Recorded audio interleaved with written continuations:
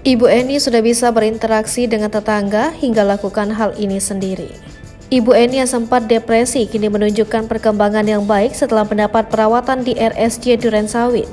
Bahkan sejak 23 Januari 2023 lalu, Ibu Eni sudah diperbolehkan pulang dan kembali tinggal di rumah bersama Tiko.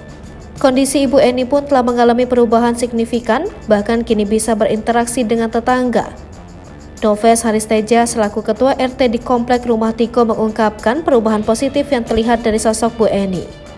Menurutnya saat kembali ke rumah, Ibu Eni terlihat bahagia. Bahkan Ibu Eni juga sudah bisa berinteraksi dengan tetangga sekitar. Tak hanya itu, kini Ibu Eni juga sudah bisa belanja ke warung sendiri untuk membeli kebutuhan seperti sabun dan pasta gigi. Walaupun sudah diperbolehkan pulang, Eni Sukaisi masih harus kontrol ke rumah sakit setiap 1 bulan sekali.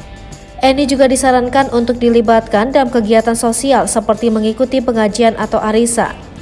Diberitakan sebelumnya, Ibu Eni didiagnosa mengalami gangguan psikotik.